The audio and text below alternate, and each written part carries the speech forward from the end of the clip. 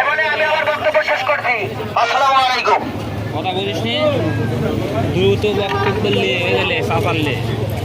হ্যাঁ হ্যাঁ হ্যাঁ হ্যাঁ, একবার ইয়ে বলতে ওদিকে লম্বা করে দিছি, ওদিকে লম্বা করে দিছি।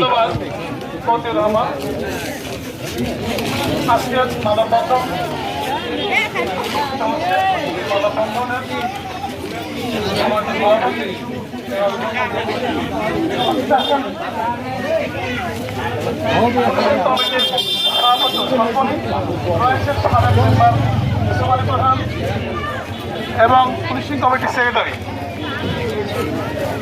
যাই হোক, আমি সবার জেনারেশন পেতে যাচ্ছি না, সবার সংক্ষিপ্ত।